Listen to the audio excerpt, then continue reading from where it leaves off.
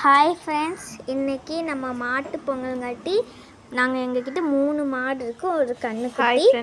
அதனால் நாங்கள் சாமி கும்பிட்றதுக்கு முன்னாடி கோலம்லாம் போட்டு சாமியெல்லாம் ரெடி பண்ணி வச்சாச்சு.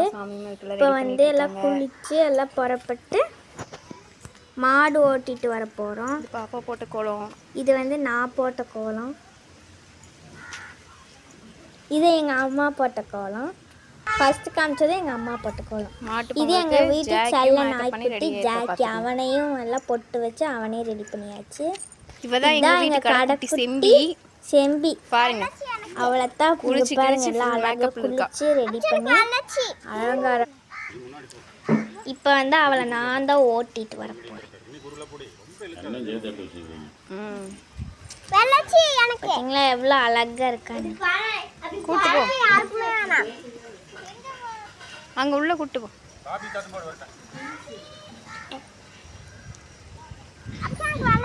அடுத்தது வெள்ளச்சி. அவ தான் மூத்தவ, ஃபர்ஸ்ட் இந்த வீட்டுக்கு வந்தவ. அவ நல்ல வெள்ளை வெள்ளைன்னு அப்படியே என்ன மாதிரியே இருப்பா. அவளையே எங்க பாப்பி அம்மா எல்லாம் பொட்டு வச்சுட்டு பூ வச்சுட்டு எல்லாம் ரெடி பண்ணிட்டாங்க. அவ பாருங்க பார்த்தீங்கன்னா ஜட போட்ட மாதிரி இருக்கு, பார்த்தீங்கன்னாலே தெரியும். இவ அழகி,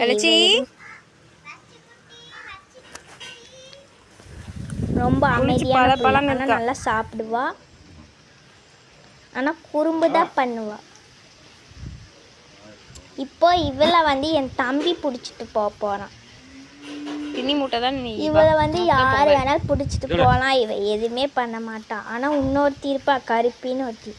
பக்கத்தில் அங்கேயே கை நீட்டிட்டு தான் என் தம்பி வரான் பாருங்க, பிடிச்சிட்டு போவான். அதனால தான் வெள்ளச்சி கேட்குறான். இவ எதுவுமே பண்ண மாட்டான், நல்ல பிள்ளை.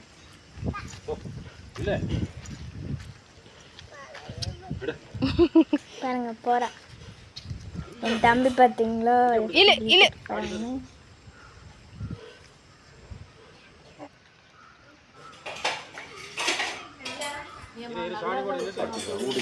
அப்புறம் மறுபடியும் நான் வந்து அவளை கூட்டிட்டு போறேன். ஏன்னா அவளுக்கு தவிர்த்து தண்ணி குடிச்சிடுவா. சாணி போடுறா. சொன்ன குறும்புக்காரி கருப்பி. இவளோட குட்டி தான். இவ செகண்டா வந்தவ. இவளுக்கு தான் இருக்கலே கொம்பு பெருசு. இவ வயிற்றுக்குள்ள இன்னொரு பாப்பா இருக்கு. குட்டி போட்டுரும்.